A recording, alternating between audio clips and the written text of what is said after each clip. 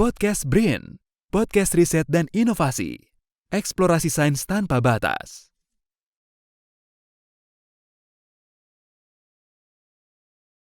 Berjumpa lagi dengan saya Bobby dalam podcast Badan Riset dan Inovasi Nasional, dan kita masih dalam rangkaian episode teknologi digital dan penelitian di era digital. Dan episode kali ini telah hadir saudara Nur Rizal Rosian atau lebih sering disebut dengan Rizal. Apa kabar Rizal? Alhamdulillah baik Mas Bobby. Alhamdulillah, senang sekali mau datang di podcast kita. Dan beliau ini adalah pustakawan di Pusat Data dan Informasi atau Pusdatin BRIN. Beliau akan berbagi pengalaman dalam implementasi infrastruktur riset digital, khususnya mengenai repositori ilmiah nasional untuk mendukung kegiatan penelitian. Dan sebagaimana kita tahu, infrastruktur berbasis digital menjadi hal yang mendasar dalam rangkaian kegiatan penelitian, bukan hanya dalam proses pengumpulan data, penyimpanan data mentah, tetapi juga bagaimana data itu disimpan pada saat data telah diolah dan telah dilakukan diseminasi. Dan digitalisasi data menjadi sebuah keniscayaan di era digital. Transformasi metode penyimpanan dari konvensional ke pendekatan digital menjadi kebutuhan, khususnya aspek kepraktisan, pengelolaan hingga keamanan data.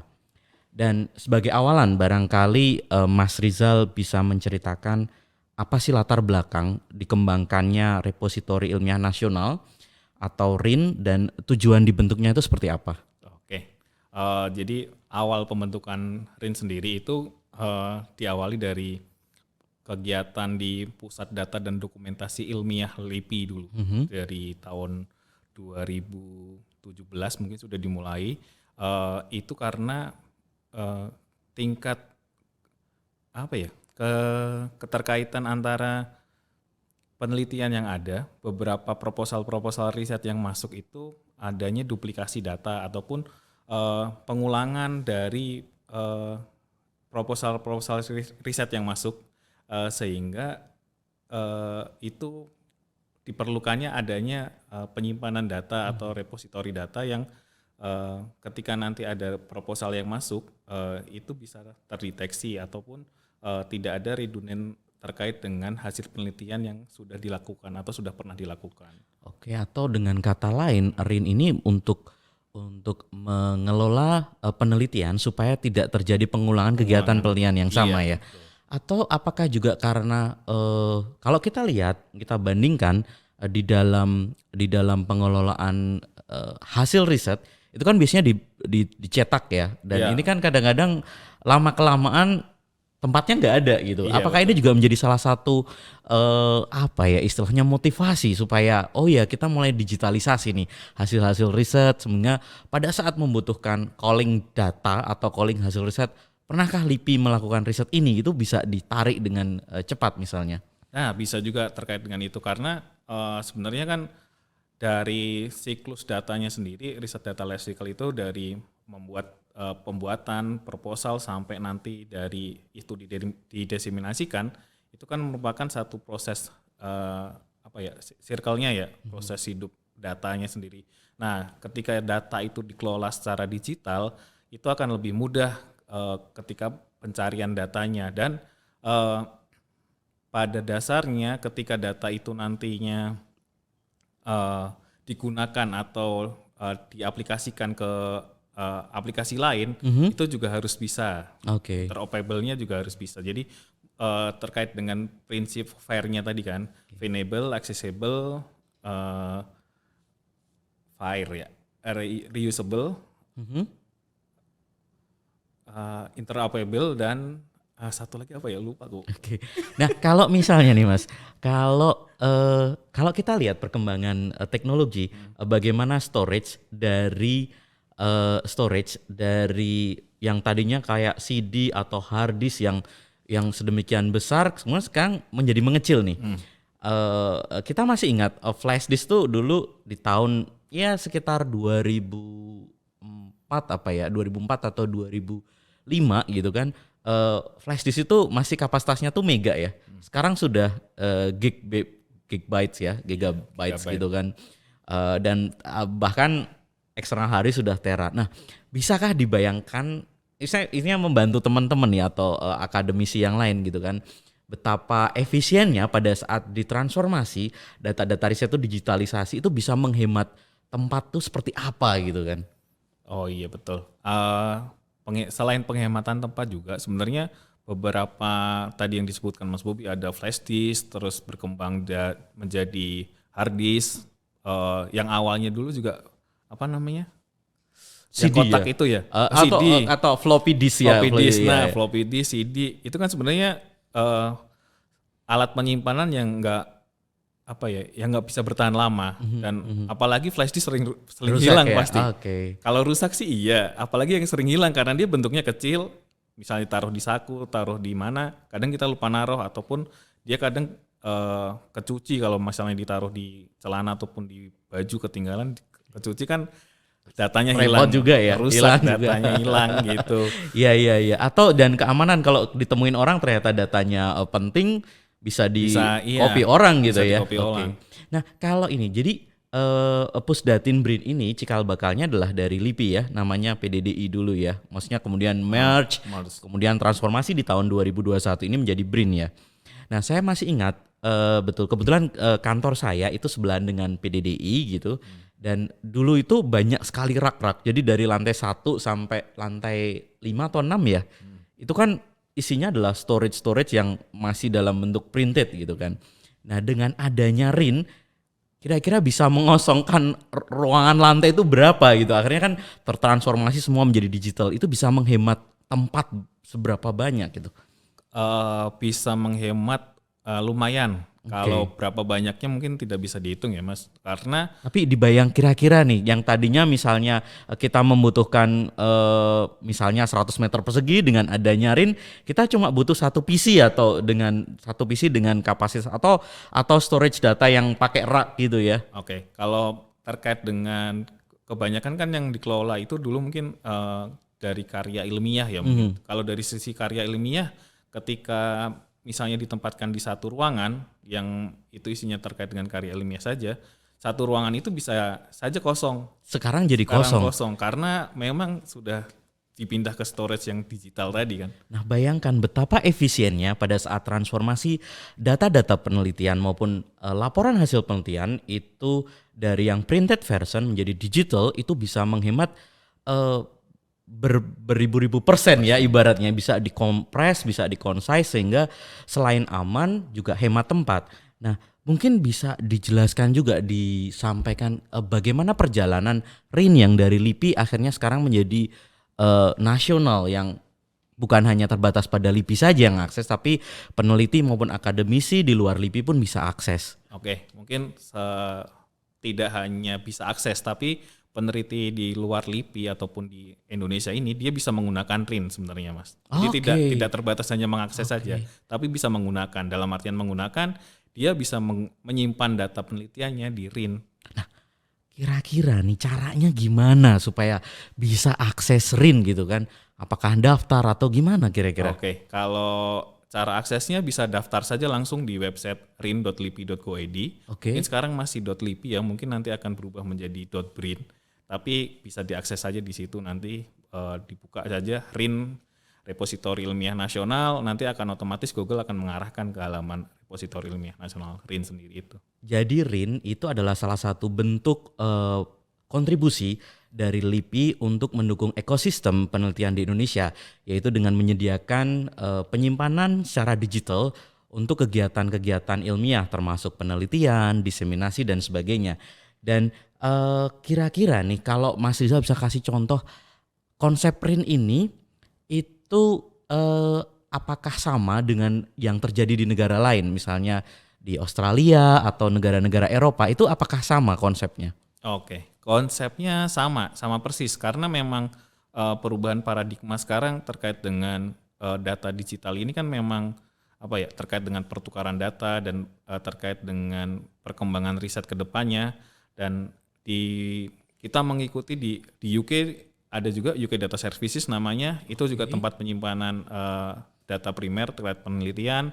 Di Belanda sendiri ada DANS, di Australia juga ada itu untuk penyimpanan datanya, tapi aku lupa namanya ya kalau yang di Australia itu. Nah, ada juga ya. Oh iya, Australia ada. Jadi artinya ini bukan sesuatu yang berbeda. Jadi artinya dalam arti ini sudah jamak dilakukan di negara lain, baik di Australia, di UK maupun saya yakin di Amerika pun juga ada. Dan waktu saya sekolah pun kampus saya juga menyediakan namanya BEAR, beruang gitu ya, dan dia bisa terlink dengan istilahnya akun intra saya gitu kan, akun intra di kampus saya. Nah, kira-kira nih di Indonesia sendiri apakah sudah banyak peneliti atau akademisi yang memanfaatkan RIN nih, Mas? Cukup banyak yang memanfaatkan RIN dalam artian tapi masih sebatas mereka mendepositkan data saja, masih belum data, ya? Masih terkait dengan sharing terkait dengan datanya itu masih belum ya, masih masih tabu mungkin masih di kita tabu. Ya. Padahal nggak ada yang lain-lain ya. Padahal nggak ada yang lain-lain. Dalam artian ketika data itu di-sharing, itu kan memudahkan untuk berkolaborasi. Bisa saja dari satu ilmu itu diketemu dengan ilmu yang lain, itu bisa merge, bisa gabung dan bisa menghasilkan satu inovasi yang baru kan, sebenarnya seperti itu. Nah, kalau tadi Mas Rizal sudah menyampaikan ya, manfaat RIN itu adalah tadi keamanan data. Jadi nggak usah khawatir kalau datanya hilang atau rusak gitu kan. Kedua itu globally accepted, dalam arti konsep ini sudah diimplementasikan di negara lain. Dan yang ketiga ada potensi untuk berkolaborasi. Jadi terutama dengan sharing data ya, sharing data. Jadi siapapun yang masuk di dalam RIN, punya akun di dalam RIN itu bisa ngelihat, bisa nyari nih. Misal Mas Rizal atau saya sedang melakukan riset apa, kemudian saya pengen citasi atau download, itu memungkinkan ya. Memungkinkan sekali. Bahkan bisa kontak, bisa nggak kita kolaborasi pada saat yang mencari informasi tersebut membaca lebih detail, kurang lebih seperti itu. Nah, ada manfaat apa lagi nih selain 4 hal tadi nih? Selain itu manfaatnya juga lebih kepada keterbukaan terkait dengan ilmu pengetahuan saja sih, Mas. Jadi perkembangannya kan nanti akan lebih cepat ya, apalagi dengan disrupsi digital yang seperti ini kan, waduh luar biasa. Nah, kita juga bisa mengetahui sih, apalagi dari sisi misalnya dari sisi humanities-nya sendiri ya, kita bisa mengetahui ketika sebuah data itu terbuka, seperti data kemiskinan misalnya ataupun mungkin data bencana, itu kan kita juga bisa mengetahui berapa banyak sih yang harus didistribusiin kepada si negara yang atau daerah yang mengalami bencana, itu ada berapa sih. Nah, itu kan bisa kita data dari situ sebenarnya. Jadi ada knowledge sharing dari adanya RIN ini, memungkinkan knowledge sharing ya. Iya. Nah, kalau saya lihat nih di Springer itu pun bahkan bisa publikasi itu bukan hanya selalu artikel ya, tapi data pun bisa dipublikasikan gitu kan, bisa dicait. Nah, bisa nggak ini dilakukan dengan RIN gitu? Oh, sangat bisa sekali. Bisa, kalau datanya sendiri bisa dilakukan citasi atau bisa di-sharing dengan mensitasi datanya. Kalau sekarang kan prinsipnya adalah ketika dia mempublish karyanya itu yang disitasi kan. Iya. Ini adalah artikel ilmiahnya. Kalau yang di RIN itu datanya itu bisa disitasi dan memang sudah disediakan untuk fitur sitasinya. Dan memang selain itu juga disediakan kalau di artikel itu ada DOI ya. Ya, DOI. Identifier terkait dengan data digitalnya. Betul. Di RIN kita juga memakai handle. Jadi masing-masing dataset yang masuk itu memiliki handle atau identifiernya. Jadi selain tadi bisa sharing, bisa mencegah juga terkait dengan penyalahgunaan data. Nah, fitur-fitur RIN ini ternyata cukup kompleks ya, cukup banyak yang membuka kesempatan untuk meningkatkan jejak akademis bagi para akademisi di Indonesia gitu. Bukan hanya publikasi artikel, tetapi juga publikasi data itu sendiri. Nah, kalau untuk ini syarat-syaratnya nih untuk bergabung di RIN itu apa aja, Mas, kira-kira, Mas? Oke, syarat-syaratnya kalau kita, Mas, ketika bekerja sama dengan institusi, sesama-sama institusi pemerintah, itu hanya MOU saja nanti dengan kita. Oke. Kalau untuk personal ataupun peneliti pribadi itu bisa mengajukan di websitenya RIN. Mereka mengisi form kesediaan untuk registrasi untuk penyimpanan data. Nanti juga ketika data itu dipublish ataupun data itu nanti bisa disebarluaskan atau bisa diakses oleh masyarakat, itu juga ada form tersendiri ketersediaan untuk membuka datanya seperti itu. Artinya bahwa data yang disimpan di RIN itu tidak selalu akan di-sharing kan? Itu Iya. harus ada approval dari yang pemilik data ya? Betul. Kuotanya itu ada berapa kira-kira nih di RIN tuh? Maksudnya satu peneliti nih atau satu akademisi itu bisa nyimpen data sampai berapa gitu kan? Kuotanya tidak terbatas. Oh, wow, unlimited coba. Unlimited kuotanya. Wow. Bisa karena di RIN itu karena kita menampung data ilmiah kan kita tidak bisa membatasi itu berapa Oke, kuotanya. oke. Kalau di Google Drive penyimpanan lain kan ada batasnya. Nah, ini Dan kalau kita space-nya minta tambah itu Bayar harus lagi bayar kan? Nah, RIN ini bayar nggak sih? Enggak, free. Coba deh, sudah unlimited, gratis pula. Nah, kira-kira nih apa aja yang bisa disimpan di RIN itu kira-kira apa aja? Semua tipe file data itu bisa masuk ke RIN. Video, teks, foto, rekaman suara pun bisa. Bisa. Dan di RIN sendiri ketika disimpan, menyimpan data di RIN, misalnya video tadi ya Mas, videonya hasilnya sama, cuman namanya yang berbeda, itu akan ke-delete salah satu. Wow. Jadi langsung otomatis managing di dalam Langsung otomatis. keren banget ini ya RIN ya. Iya. Nah, kalau untuk pengembangan ke depan nih, yang mana teknologi udah semakin tadi yang disampaikan Iya. Mas Rizal juga sudah mendisrupt semua aspek kehidupan kita ya.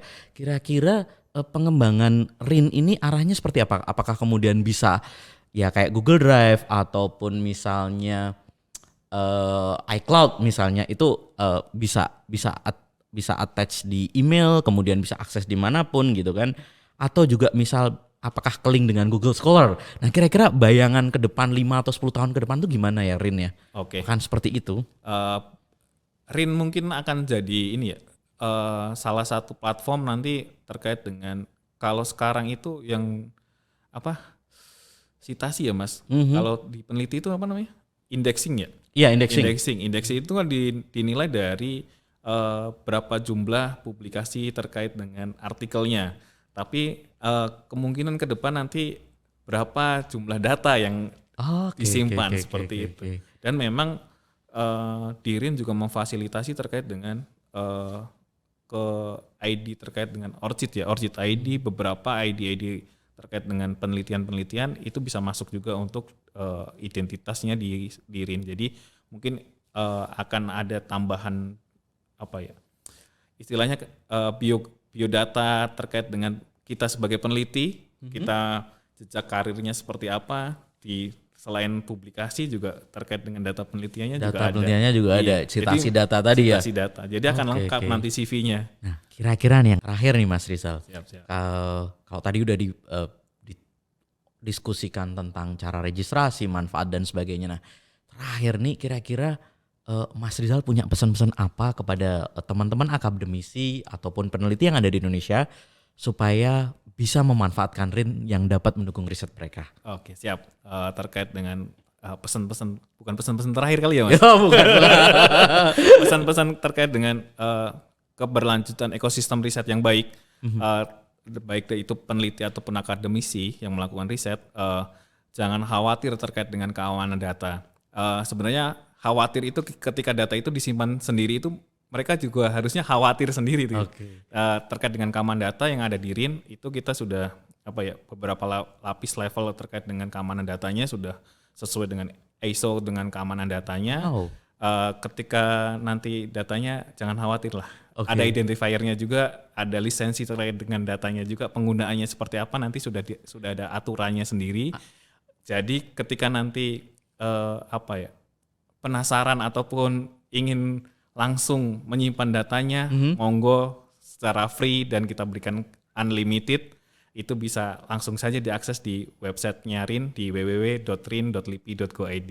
Monggo bisa registrasi dan tidak membutuhkan waktu yang lama terkait penyelamatan data penelitian Anda bisa aman di kami seperti itu. Dan datanya juga pemilik datanya sendiri adalah si penelitinya sendiri. Oke. Terima kasih Mas Rizal atas diskusi tentang RIN tadi yang sangat insightful dan saya rasa akan sangat bermanfaat buat akademisi maupun peneliti di Indonesia. Dan teman-teman akademisi ataupun peneliti di Indonesia, jika masih penasaran silahkan kunjungi www.rin.lipi.go.id. Deposit is a must, share or publish is optional. Eksplorasi sains tanpa batas, salam BRIN.